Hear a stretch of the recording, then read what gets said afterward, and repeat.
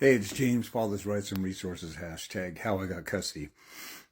Let's take a look at how to approach dealing with your attorney and take an example how you would approach a tax accountant or hiring somebody to do your taxes.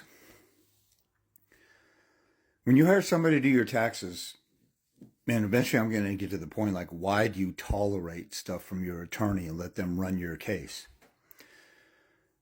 And I'll tell you what the big root of the problem is. In family court, people allow their attorney to dictate everything, but it's your case. It's your life. The result affects your life with your kids until they're 18, and that usually can affect the rest of your life. And there's repercussions with how you fight in family court. So let's take a look at if you have an accountant or a tax specialist doing your taxes, and let's say that you can write off certain expenses in your house, or you work from home and there's multiple expenses you can write off and get a bigger tax return or tax break so you don't have to pay as many taxes. It's your taxes, it's your tax return, and it's your money in the end. And you're paying somebody to help you get the best refund or the best tax breaks possible. And you go through all that, and then somebody does your taxes, and you think you're going to get, I don't know, $3,000 back or break even when you owe $10,000 in taxes, and you do all these deductions, you end up with a net zero, so you don't have to pay anything. But your tax specialists, they turn around and say, well, I didn't really want to piss off the IRS, or that kind of looks bad, or, it's a little bit tricky with your home business. So I didn't want to run the risk of it looking bad. So I didn't put it on there. And then you owe like $2,500 and you thought you were going to owe nothing or get a refund. You would be livid. You would be extremely upset. Yet,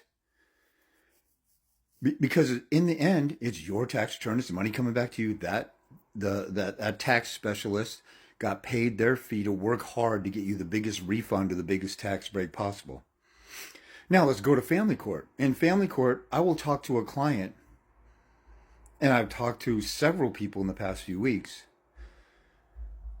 Their attorney won't do a deposition on the other side. So they have a hearing or a trial coming up, and they're going to get caught with their pants down in open court instead of destroying their credibility.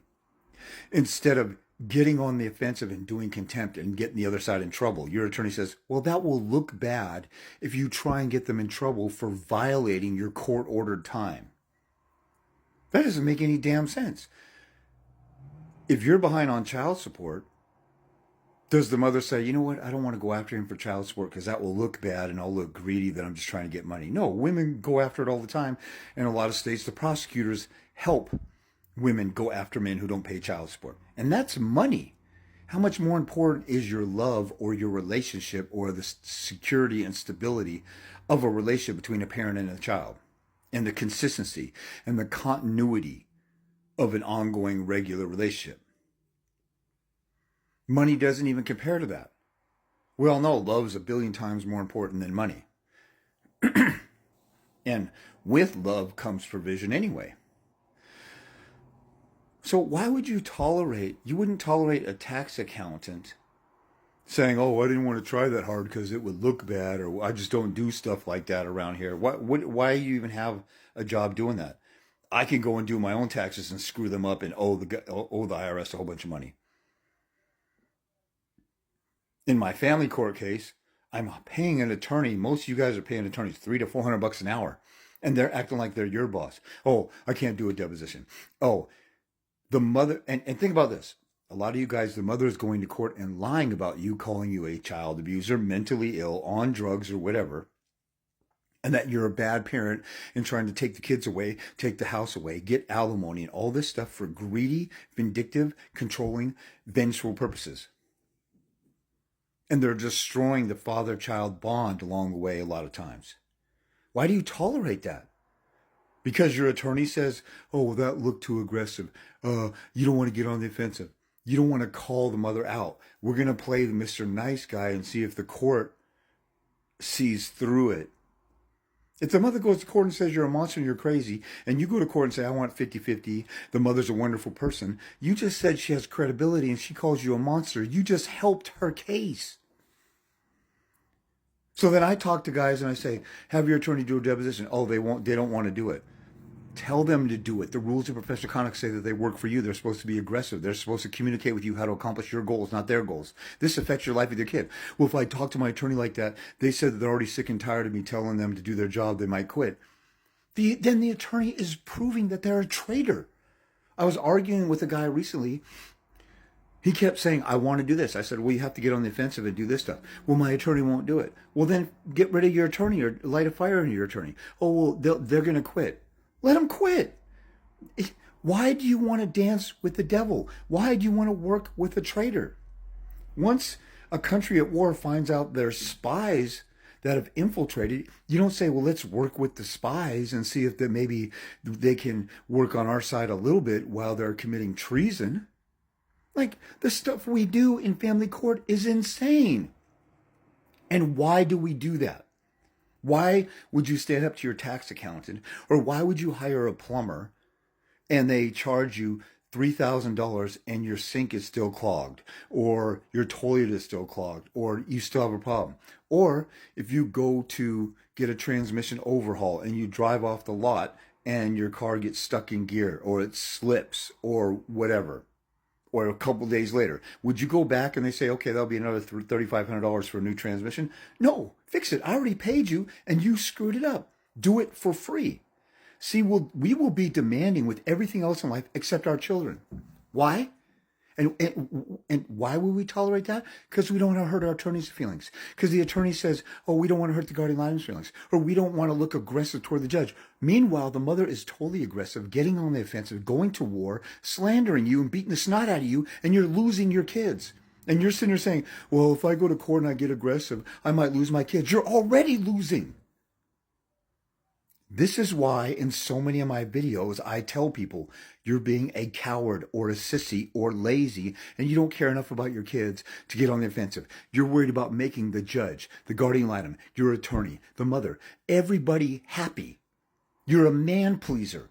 That's soft. That's weak. That's cowardly. You care more about your feelings, your comfort, or how you look, or your reputation. And every single guy who's ever went to court and fought like that in an ugly battle gets his ass handed to him. If you want to guarantee to lose, and you want to guarantee to be tormented until your kids are 18, and you want to guarantee that the mother controls you, then continue to do that loser route. But if you're coming on my page and I'm talking about winning, I'm talking about getting on the offensive. And 99% of guys who talk to me or in the comments, well, you can't do that because it looks bad. You can't do this. I won in court getting on the aggressive. I have thousands of guys who won in court being aggressive. I show you testimonies. I show you my winning orders being aggressive.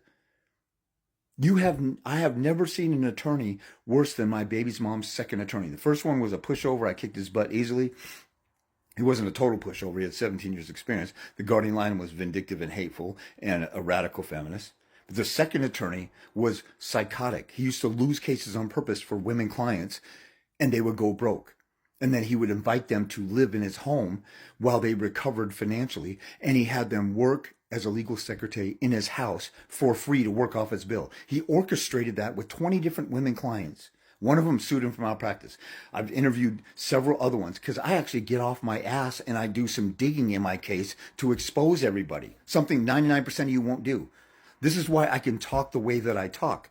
And then guys get in the comments and say, I really like your videos, but it's really putting off the way that you talk. And you bitch too much and this and that. You guys whine, cry, and piss and bitch too much. I'm countering that and saying, if you're going to come here and just bitch, whine, and cry, piss, and moan and wish that the system would change, you're a pussy-ass bitch and you're not fighting for your kid. And you're not getting on the offensive. And that's the facts. And you can't get help from me because I help people fight aggressively. And if you're a pussy-ass bitch, you're going to lose in court. There's no point in you calling me.